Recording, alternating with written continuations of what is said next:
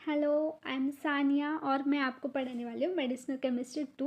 उसमें का हम पढ़ेंगे यूनिट नंबर 1, जिसमें से आज हम देखेंगे हिस्टामाइन क्या होता है, उसके रिसेप्टर्स कौन से हैं, उसका रिलीज कैसे होता है और उसका सिंथेसिस, एंड फाइनली उसका हम देखेंगे एसएआर जो कि होता है स्ट्रक्चरल एक्टिविटी रिलेशनशिप, जो कि हमने मेडिसिनल केमिस्ट्री 1 में भी देखा था।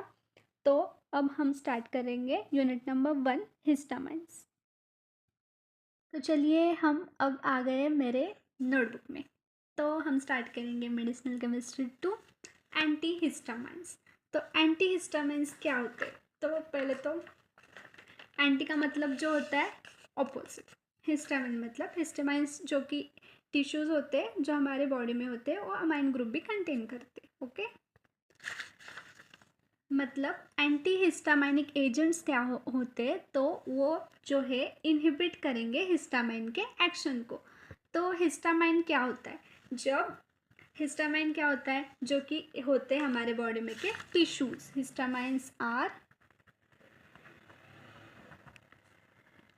हिस्टामाइंस जो होते हैं हमारे बॉडी में के टिश्यूज होते हैं जो कि रिलीज करता है हमारा मास्ट सेल्स।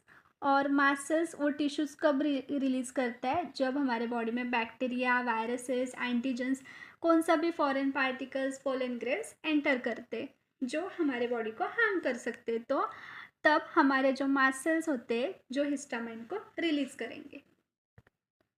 तो आप बोलेंगे अभी मास्ट सेल्स क्या होता है? तो मास्ट सेल्स जो होते हैं डब्ल्यूबीसी होते हैं। डब्ल्यूबीसी हमारे मास्ट सेल्स होते हैं जो हमारी ह्यूमन सिस्टम को कंट्रोल करते। तो जब हमारा हिस्टामाइन बढ़ेगा तो हमारे बॉडी में एलर्जी शो होंगी, जैसे कि सिम्टम्स आएंगे रनिंग रोज, वाटरी आइज। जब हमारे बॉडी में कोई सा भी बैक्टीरिया, वायरस एंटर करता है तो हमारी बॉडी उसके अगेंस्ट एक्ट करना शुरू करती है। तब हमारा बॉडी हिस्टामाइन इंक्रीज करता है। फिर वो जो हिस्टामाइन रिलीज होता है उसके वजह से हमको सिम्टम्स देखने को मिलते हैं, जैसे कि रनिंग रोज, वाटरी आइज, फीवर वगैरह ऐसा। देन हमारा हिस्टामाइन जो है निकलता है मास्ट सेल में से, then bind with histaminic receptors और हम प्रोड्यूस होता है एलर्जिक एक्शंस। ठीक है, तो नेक्स्ट हम देखेंगे हमारे बॉडी में हिस्टामाइन रिलीज कैसे होता है। तो जब हमारे बॉडी में कोई सा भी एलर्जन, कोई सा भी bacteria, virus, foreign particle, pollen grain जो हमारे बॉडी में आने वाली है, आती है, जब हम हमारे बॉडी में ब्लड स्ट्रीम में वो एंटर करती है, तो ये जो बीटा सेल्स होते हैं ना, तो ये बीटा सेल्स जो हमारे ब्लड स्ट्रीम में प्रेजेंट होते हैं, हमारे ब्लड स्ट्रीम में बीटा सेल्स प्रेजेंट होते हैं, तो उस वो क्या रिलीज करते हैं? AGE antibody. तो AGE क्या है? हमारा एंटीबॉडी है। तो ये जो AGE एंटीबॉडी है तो वो जाके अटैच होता है मास्ट सेल को। तो वो कहाँ पे अटैच होता है? जाके मास्ट सेल को। ये देखो ऐसे, ये जो है एंटीबॉडीज है। देन यहाँ पे हमारा प्रेजेंट है हिस्टामाइन। ओके, देन ये जो हमारी पूरी की पूरी है मास्ट सेल है, ये हमारा एंटीबॉडी है, ये हमारा हिस्टामाइन है। ठीक है, तो ये जो हमारा एंटीजन है वो अटैच हो जाता है हमारे एंटीबॉडी के ऊपर। मतलब ये जो हमारा एंटीजन है, जो फॉरेन पार्टिकल है, वो अभी अटैच होने वाला है हमारे एंटीबॉडी के ऊपर, और इसको हम कहते हैं एंटीजन एंटीबॉडी रिएक्शन। तो हम इसको क्या कहते हैं? Antigen antibody reaction. देन ये जब रिएक्शन होती है तब हमारा हिस्टामाइन गेट रिलीज। हमारा हिस्टामाइन तब क्या होगा? रिलीज होने वाला है। देखो, जब ये हमारा एंटीबॉडी है, एंटीबॉडी अटैच हुआ, देन हमारा एंटीजन आके उसने रिएक्शन की, देन उसके बाद हमारा हिस्टामाइन रिलीज हो गया। ठीक है, और ये जो रिलीज्ड हिस्टामाइन है उसको हम कहते हैं एक्टिव हिस्टामाइन। और जो हमारा ये हिस्टामाइन जब बंद होता है, जब हमारा वो जब वो मास्ट सेल के अंदर होता है तब वो इनएक्टिव फॉर्म में होता है। तो हम देखेंगे अभी ये कैसे होता है। तो हमारा ये जो हो गया पॉजिटिव हिस्टामाइन होता है, और ये हमारा हेपारिन होता है निगेटिव। इनका जो होता है ये इनएक्टिव कॉम्प्लेक्स होता है। और जब हमारा रिएक्शन होगा, एंटीजन एंटीबॉडी रिएक्शन, तब ये हिस्टामाइन रिलीज हो जाएगा, तो वो हो जाएगा एक्टिव फॉर्म में।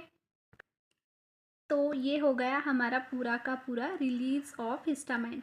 तो हमने क्या देखा, पहले एंटीजन आता है, ब्लड स्ट्रीम में एंटर होता है, वहाँ पे बीटा सेल्स होते हैं, तो वो रिलीज करते हैं AGE नाम का एंटीबॉडी।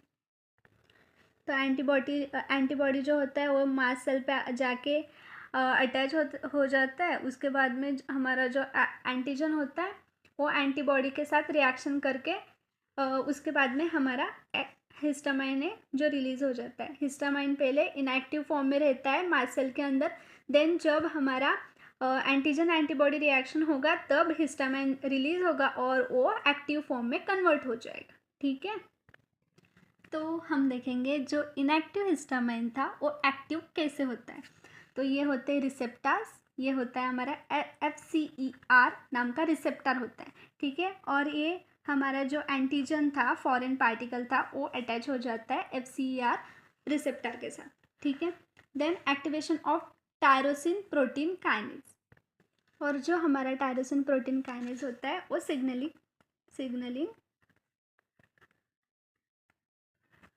एंजाइम होता है। ठीक है, देन ये कन्वर्ट करता है PIP2 से IP3 में। देन हमारा फॉस्फोलाइपेज C जो है एक्टिवेट हो जाता है। देन हमारा जो फॉस्फोलाइपेज C है वो कैल्शियम चैनल को ओपन करता है, फिर कैल्शियम रिलीज हो जाता है। देन हमारे जो हिस्टामाइन के ग्रैन्यूल्स थे उसकी एंट्री हो जाती है। देन सोडियम आयन ओपन हो जाता है और उसके बाद हमारा रिलीज होता है हिस्टामाइन का, तो हमारा histamine get release. Then histamine release होता है, तो हिस्टामाइन रिलीज होने के बाद वो कुछ तो करेगा, तो हिस्टामाइन उसके रिसेप्टर्स के साथ जाके बाइंड होता है। हिस्टामाइन के रिसेप्टर होते हैं H1, H2, H3 and H4, ये उसके रिसेप्टर्स के टाइप्स है।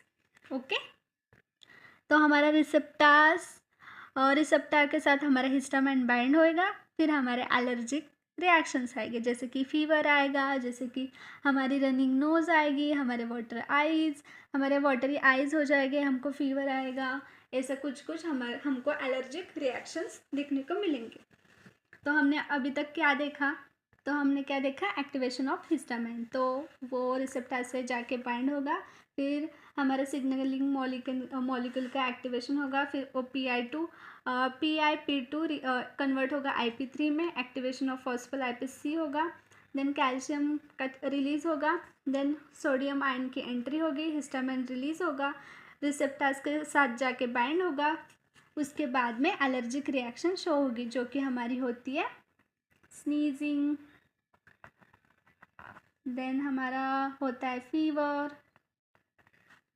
देन हमको कभी कभी ठंड लग जाती है, हमको बहुत ज़्यादा ठंड लगती है, देन उसके बाद में वाटरी आइज़ हो जाते, हाँ हमको थोड़ा सा ऐसा ठीक नहीं लगता, हमारी बॉडी वीक हो जाती है।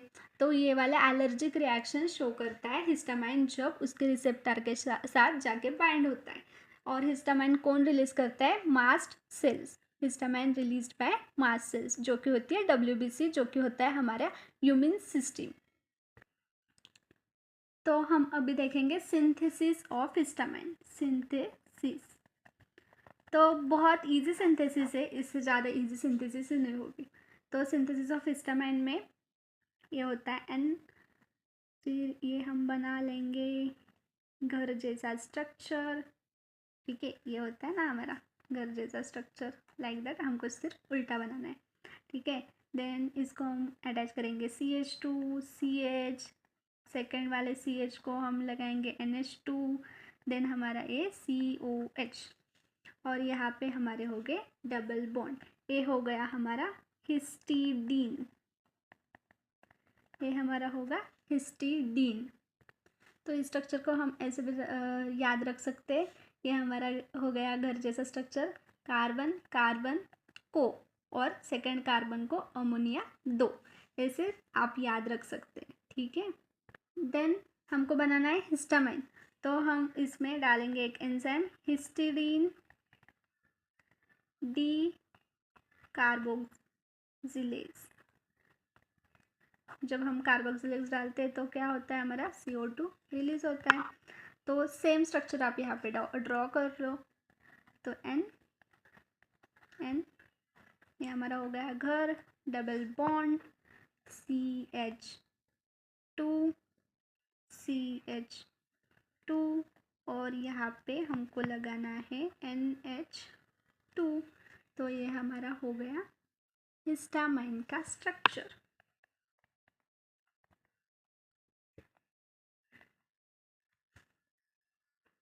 तो ये हो गया हमारा सिंथेसिस ऑफ हिस्टामाइन। ये है घर, कार्बन कार्बन को अमोनिया दो मतलब सेकेंड कार्बन पर। देन हम एंजाइम यूज करेंगे हिस्टिडीन डिकार्बोक्सिलेज, जब हम वो हमारा होगा CO2 रिलीज हो जाएगा हमारा। उसके बाद में same as it is structure हमको ड्रॉ कर लेना है, इसको रिमूव करके, ठीक है। देन हम देखेंगे हमारे रिसेप्टर्स ऑफ हिस्टामाइन, ठीक है, वो जाके बाइंड होता है। तो हिस्टामाइन का H1 रिसेप्टर है जो हमको फाउंड होता है ब्लड वेसल में, हार्ट में, ब्रेन में और सीएनएस में। वो करता है वैसोडाइलेशन एंड इन्फ्लामेशन। जब हमारा हिस्टामाइन H1 रिसेप्टर से जाके बाइंड होगा तो तब वो करेगा वैसोडाइलेशन एंड इन्फ्लामेशन, ठीक है। देन हमारा है H2 रिसेप्टर, वो भी हमको मिलता है हार्ट में और स्मूथ मसल्स में। और ये सब जो रिसेप्टर्स है ना GPCR पाथवे को फॉलो करते, जो कि हमने पढ़ा था फार्माकोलॉजी में G प्रोटीन कपलिंग रिसेप्टर, ठीक है। देन हमारा है H3 रिसेप्टर जो इनहिबिशन करवाता है और वो फाउंड होता है पेरिफेरल नर्वस सिस्टम में, सेंट्रल नर्वस सिस्टम में, हार्ट में और लंग्स में। देन हमारा है H4 रिसेप्टर, वो हमको मिलता है थाइमस में। देन हीमेटोपोइटिक सेल, जहाँ पे हमारी रेड ब्लड सेल्स बनती है वहाँ पे, और ये करवाता है इन्फ्लामेशन, एलर्जिक रिएक्शन। जब हमारा हिस्टामाइन बाइंड होता है तब हमको H4 से जब बाइंड होगा तो हमको इन्फ्लामेशन, एलर्जिक रिएक्शन कहाँ पे देखने को मिलेगी, हीमेटोपोइटिक सेल में और थाइमस में, ठीक है। तो हमारा हिस्टामाइन जो रिलीज़ होता है वो एलर्जिक रिएक्शन शो करते हैं। तो ये तो अच्छी बात नहीं है, हमको सर्दी हो जाएगी, हमको खांसी आएगी, ये तो अच्छी बात नहीं है ना। तो हम कैसे स्टॉप करेंगे हिस्टामाइन के रिलीज़ को? तो हमको क्या करना है, टायरोसिन प्रोटीन काइनेज है ना, उसको डीएक्टिवेट कर देना है। फिर उसके बाद में नेक्स्ट स्टेप होएगी ही नहीं, नेक्स्ट स्टेप नहीं होएगी तो हमारा हिस्टामाइन रिलीज़ ही नहीं होगा। तो हमारा ये जो है ना टायरोसिन प्रोटीन काइनेज, हमको इसको ही डीएक्टिवेट करना है, या तो हमको एक्टिवेशन ऑफ फॉस्फोलाइपेज रोकना है। जब एक्टिवेशन ऑफ फॉस्फोलाइपेज का जब एक्टिवेशन ही नहीं होगा तो कैल्शियम चैनल ओपन ही नहीं हो पाएगा, और उसके बाद में हमारा हिस्टामाइन का रिलीज ही नहीं होगा, फिर वो बाइंड भी नहीं होगा, फिर हमको एलर्जिक रिएक्शन भी नहीं मिलेंगी। तो हम टायरोसिन प्रोटीन काइनेज को डीएक्टिवेट कर सकते हैं, या हमको एक्टिवेशन ऑफ फॉस्फोलाइपेज रोकना पड़ेगा। तो हम हमारे रिलीज ऑफ हिस्टामाइन को रोकने के लिए हम क्या देंगे उनको, एंटी हिस्टामाइंस। तो हम देंगे एंटी हिस्टामाइंस। एंटी हिस्टामाइंस क्या है, जो हमको एलर्जिक रिएक्शन होने से ट्रीट करेगा, उनको हम बोलेंगे एंटी हिस्टामाइंस। तो हमने हिस्टामाइन का सिंथेसिस देख लिया, हमने उसका रिलीज देख लिया, उसका एक्टिवेशन देख लिया। तो अब हम देखेंगे हिस्टामाइन का मेटाबॉलिज्म बॉडी में कैसे होता है। तो हमारा स्ट्रक्चर है हिस्टामाइन, जब हम एन मिथाइल ट्रांसफरेज उसमें डालेंगे तब कुछ भी नहीं है इसमें। मिथाइल मतलब मिथाइल ग्रुप, जस्ट यहाँ पे जाके हमारा मिथाइल ग्रुप अटैच हो गया, ठीक है। देन हमारा है डायमाइन ऑक्सीडेज, जब हम डाउ को डालेंगे तब हमको जब जस्ट हमको यहाँ पे CHO लगाना है, हमको मिल जाएगा इमिडाजोल एसिटाल्डिहाइड। ये जो इमिडाजोल का स्ट्रक्चर था हमको MC2 के प्रैक्टिकल में था, ठीक है। तो हमको कुछ भी नहीं करना है, एन मिथाइल ट्रांसफरेज डालने के बाद CH3 लगा देना है, और हमको डाउ को डालने के बाद हमको CHO जो कि एसिटाल्डिहाइड ग्रुप है, हमको वो वहाँ पे लगा देना है। यह आपको 2 मार्क्स के क्वेश्चन में आ सकता है। तो अब हम देखेंगे SAR ऑफ हिस्टामाइन। तो बहुत इजी SAR है। तो ये हो गया हमारा X कार्बन कार्बन N, ठीक है। ये हमारा RL ग्रुप 1 होगा, ये हमारा RL ग्रुप 2 होगा। तो हम देखेंगे हम सब्स्टिट्यूशन कहाँ कहाँ पे कर सकते हैं, हम क्या क्या चेंजेस करके दिखा सकते हैं, ठीक है। तो हम यहाँ पे समझेंगे, यह हमारा x हो गया, यह हमारा c, यह हमारा हो गया n, AR1 और ये हमारा अराइल ग्रुप हो गया 2। तो यहाँ पे हम फर्स्ट अराइल ग्रुप पे कर सकते हैं सब्स्टिट्यूशन। देन हमारा आएगा AX सेकेंड, देन हमारी ये कार्बन चेन, ये थर्ड कार्बन चेन और ये हमारा अमाइन ग्रुप। यहाँ पे हम सब्स्टिट्यूशन कर सकते हैं। तो हम देखेंगे अमाइन ग्रुप। अमाइन ग्रुप हमारा जब टर्सरी होगा तो हमारी जो एक्टिविटी है इंक्रीज होएगी, जब हमारा वो सेकेंडरी होगा तो एक्टिविटी ठीक ठाक होगी, पर हमारा जब प्राइमरी अमाइन होगा तब कुछ भी एक्टिविटी नहीं होगी और एक्टिविटी हमारी डिक्रीज होने वाली है। मतलब हमारा यहाँ से यहाँ तक जाएगा तो हमारी एक्टिविटी इंक्रीज होगी। जब अमाइन हमारा टर्सरी होगा तो हमारी एक्टिविटी मोर होगी, ये मीडियम होगी, और यहाँ पे कुछ भी एक्टिविटी हो हमारा हिस्टामाइन शो नहीं करने वाला, ठीक है। देन हम देखेंगे कार्बन चेन। कार्बन चेन पे जब हम ब्रांचिंग करेंगे तो हमारी एक्टिविटी जो होगी डिक्रीज होगी। मतलब हम जब इस पे कार्बन चेन पे ब्रांचिंग करेंगे, कि किधर भी ब्रांचिंग करो, यहाँ पे करो, यहाँ पे करो, यहाँ पे करो, यहाँ पे करो, हमारी जो एक्टिविटी है जो हमारी डिक्रीज होने वाली है। और ये कार्बन नंबर जो 2 है वो उतना ही रहने देने का है। हमने जब कार्बन नंबर बढ़ाया तो हमारी एक्टिविटी गेट डिक्रीज, ओके।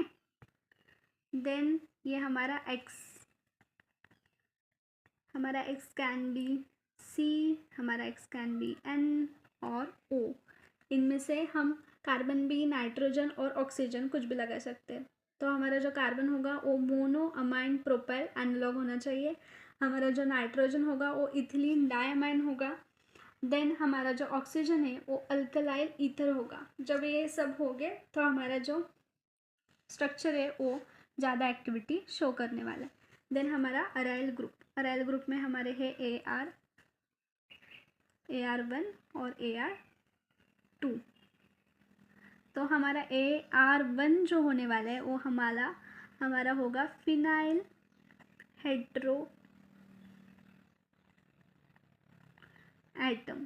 तो हमारा ए क्या होने वाला है, फिनाइल एंड हेट्रो एटम होना चाहिए। मतलब फिनाइल रिंग होनी चाहिए और उसमें 1 हेट्रो एटम और मोर हेट्रो एटम होने चाहिए। देन अराइल और अराइल मिथाइल, हमारा ये जो होगा अराइल होगा और अराइल मिथाइल होगा। हमने अभी देखा, जस्ट हमने एक स्ट्रक्चर फॉर्म किया था एन मिथाइल ट्रांसफरेज से, ठीक है। तो वो क्या था, मिथाइल ग्रुप इसमें ऐड हो गया था, ओके। तो आप ये नोट्स देख सकते हो, ठीक है। तो आप ये स्ट्रक्चरल एक्टिविटी रिलेशनशिप लिख सकते हो एग्ज़ाम में। ये बहुत ईजी है और मैंने बहुत ही ईजी तरीके से एक्सप्लेन कर दिया आपको, ठीक है। तो आज हमने बहुत सारे टॉपिक कवर कर लिया है। हिस्टामाइन क्या होता है, उसका सिंथेसिस, देन उसके रिसेप्टार्स, उसका SAR। तो हम नेक्स्ट टॉपिक में देखेंगे H1 एंटागोनिस्ट, उसमें कि हम 2-3 ड्रग्स को स्टडी करेंगे और हम देखेंगे synthesis of promethazine hydrochloride and meclizine hydrochloride. तो मिलते कल गाइस, और please do like, share and subscribe.